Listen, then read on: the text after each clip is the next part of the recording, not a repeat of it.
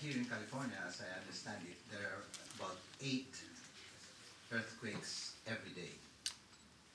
You don't feel it, but it's there. So on average, there are about 8 earthquakes every single day.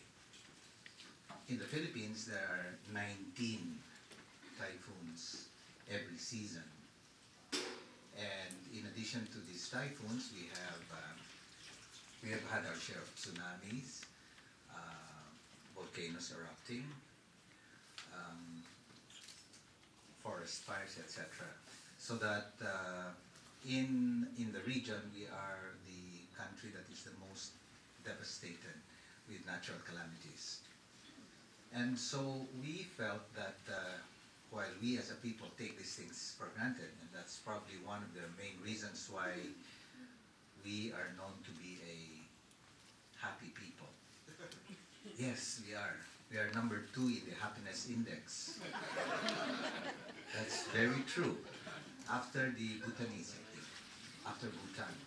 And that's really because after a typhoon, when we find ourselves still up and about, then there's so many things to be thankful for.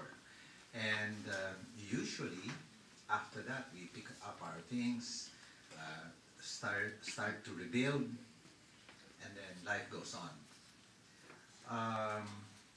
Here, we feel that we have to be ready and we should not take things for granted. And so many things we take for granted because we have not had the real shebang, so to speak.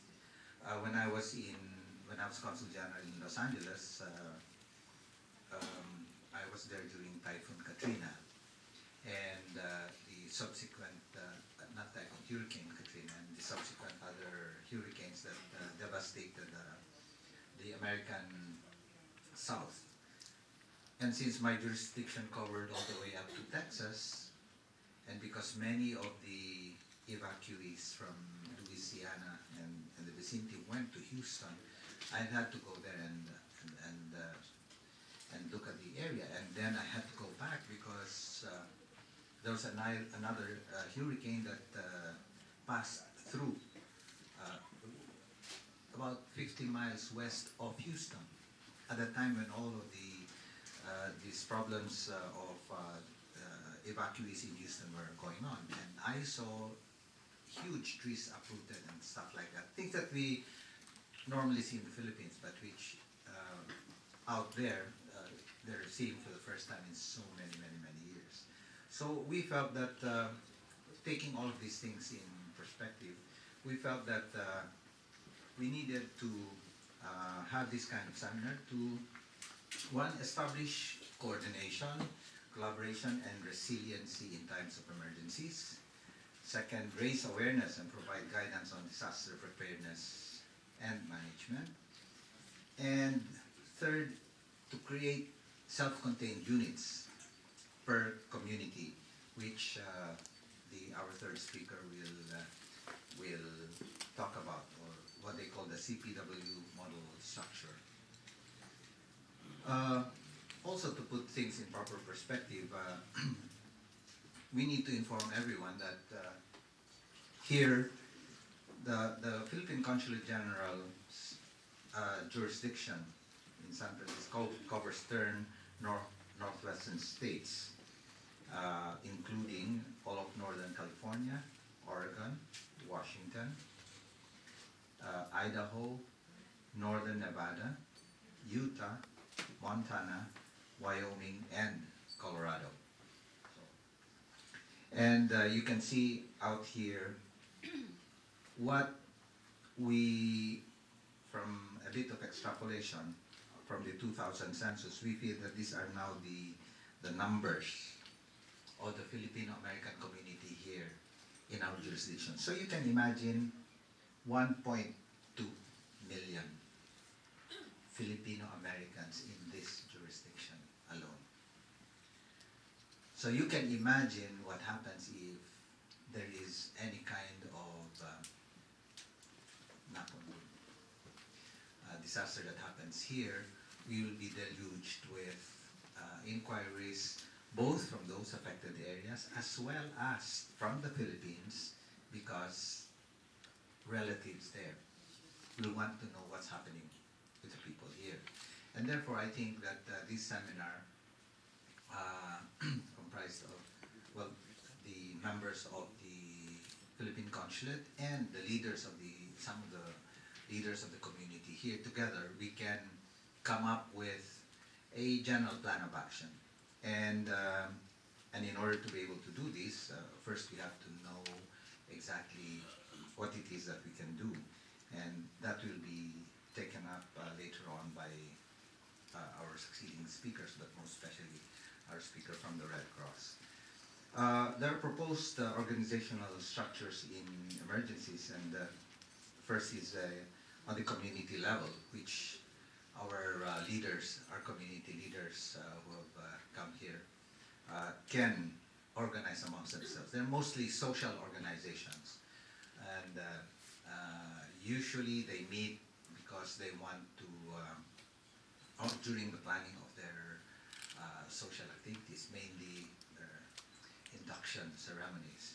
But what we are trying to propose here is, in addition to this, that they appraise or they involve their membership into this disaster preparedness, and once they know how it is to organize themselves, then that will go a long way when and if an emergency comes.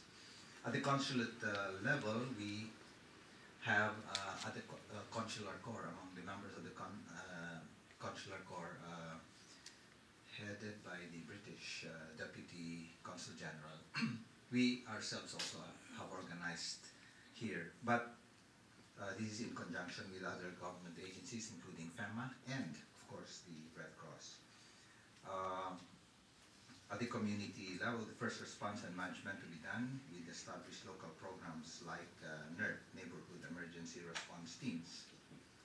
And this is handled by the San Francisco Fire Department. We have very close links with Filipino-American officers at the San Francisco Police and also Fire Department. I think we have one.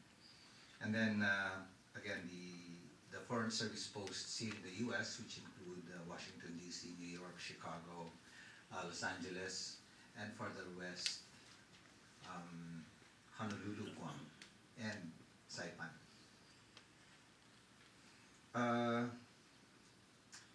We have here, well, in general, the Philippine Consul General operations include, when and if an emergency arises, of course, to work with relevant local agencies and groups to assess the situation. We have been in touch with the Red Cross, and Emily White has so graciously supported us in all our endeavors. Rene and I went to Anchorage last year to attend a seminar on tsunami preparedness, because we as a country, we've also have had tsunamis.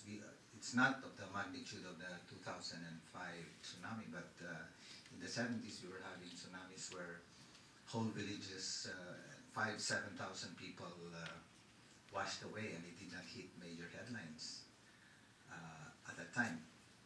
But we did have those tsunamis. Second, organized rapid deployment teams. Now this is an idea that was broached to us by the consulate, by the consular corps, where we in the consulate will